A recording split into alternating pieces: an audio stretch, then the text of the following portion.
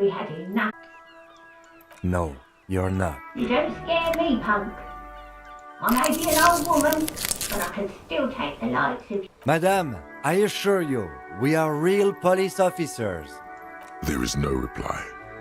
Just faint, sweeping sounds. You're well versed in the kind of threatening legalese that implies criminal liability. But I know my rights, and don't you? a child starts crying. You hear a radio tuned to it. What's he in trouble for? Talk? He lives upstairs in room 28. Go to the balcony. It's one of those doors there. He's usually home in the evening. Thank you. We should go check out his apartment on the balcony. See if he's home.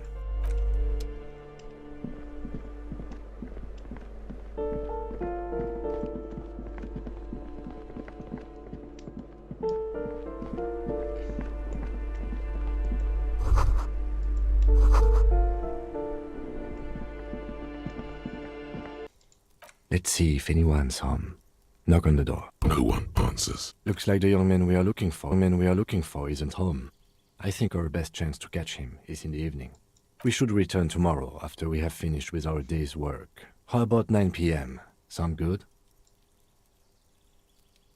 Tomorrow, 9 p.m., right here. Apartment number 28. Good, let's go. Damn. Turns out it's quite tricky finding someone in a big apartment building. Don't worry. You'll get him. Remember, tomorrow.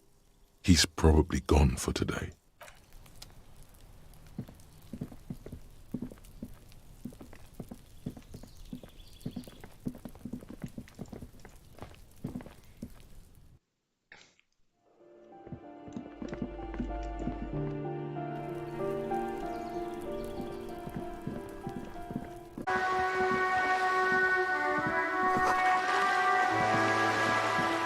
Sent G with a call.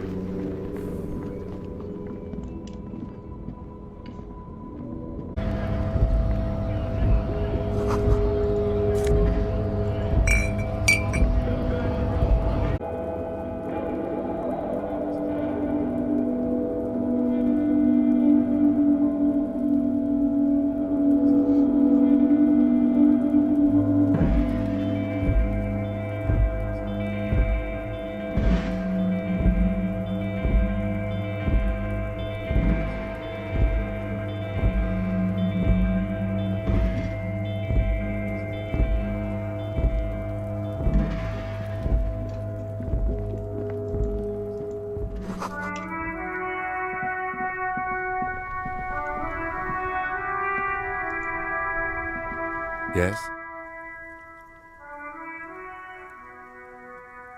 No response. He just arches his brow. Have you tried concentrating on something other than your personal affairs?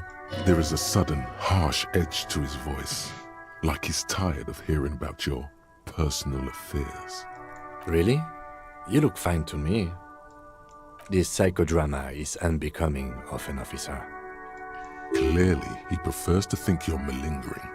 He cannot fathom that anyone could drink so much as to retroactively erase their entire life. Then you should consider seeking medical attention.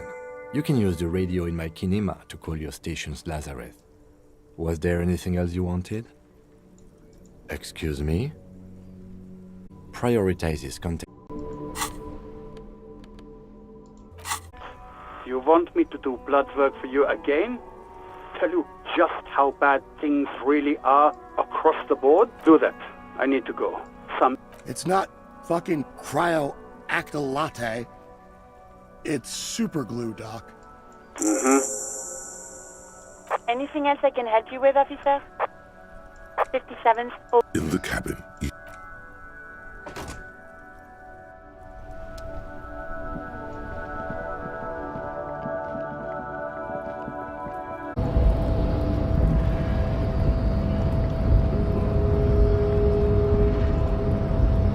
The unpromising raised pupil returns. And...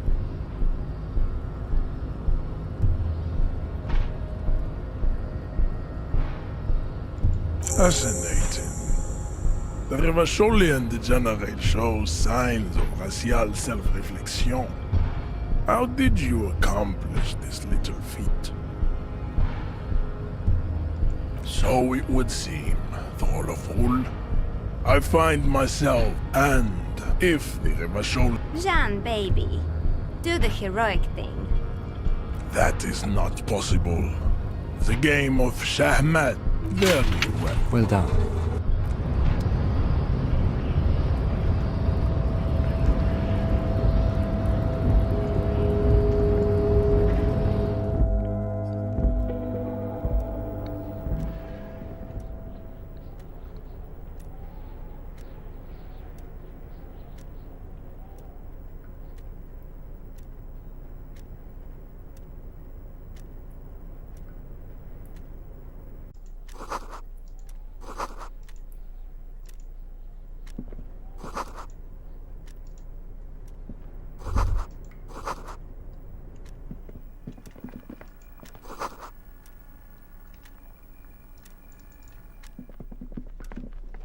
On second glance, It's unfortunate for the Union. let's see what's inside. The drawer opens smoothly. Hundreds of documents containing logistical data. Two kinds of transactions stand out. Muriel's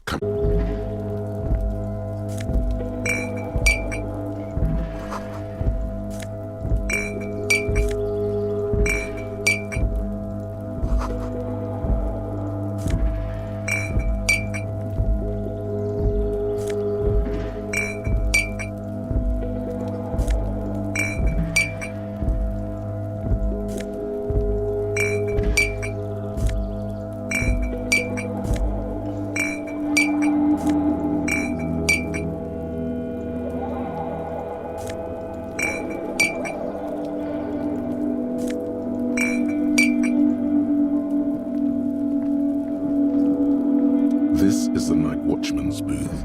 The name on the door reads, listen, it's okay to take a few minutes to yourself. If you must. But please hurry. Nothing incriminating catches. It's a black and white photo of a young couple out in a street. Why did you take...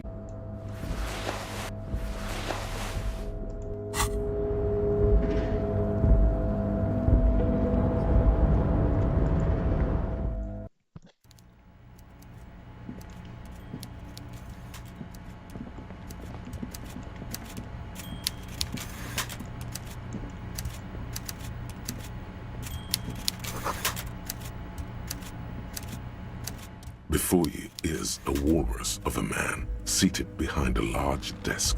He looks up from his work, not the least bit surprised to see you. With great effort, he straightens himself up in his chair. The tiny folding chair, on the other hand, looks like a torture device. You go ahead, detective. Whatever he has in store for you, forget about that. What's with this Dubois stuff? You'll get... Men can be of great use. So tell me, how can the head of the Debarders Union help a representative of the Revachol Citizens Militia today? The chair you're sitting on has got to be the most uncomfortable chair in the world.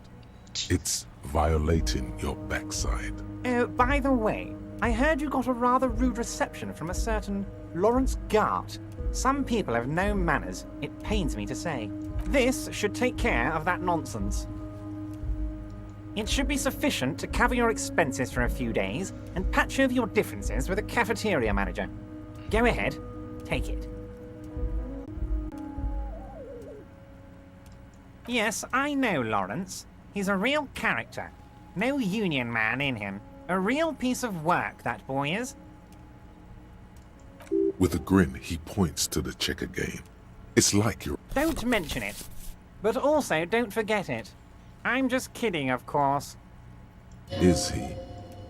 Now, I'd like to set your mind at ease about one other matter. Your lost gun. Let me assure you, Union people are on it as we speak.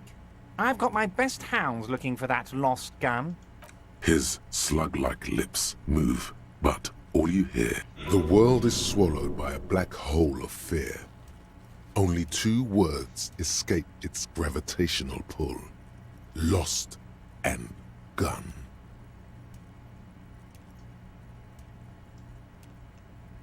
I know everything, Harry. Right now, I know that you're worried. Don't be worried. Everything's going to be all right. It's not like you left it loaded. You didn't lose a loaded gun. Local children aren't out there playing with it right now, pointing it into their own mouths. It's in a safe place. I just know it. I have a feeling everything's going to be all right. It was loaded.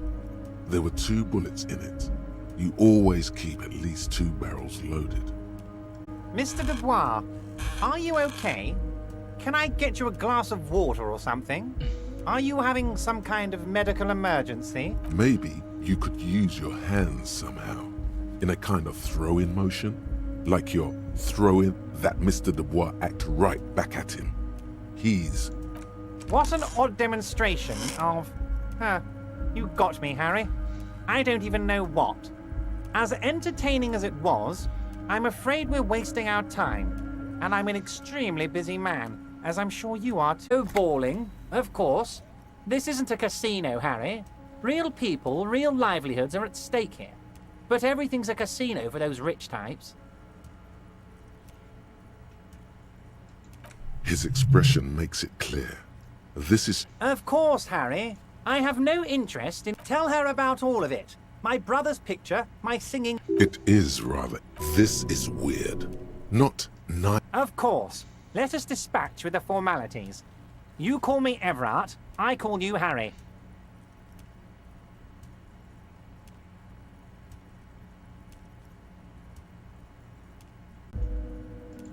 That's what the hanged corpse called you. Harry. My God, so...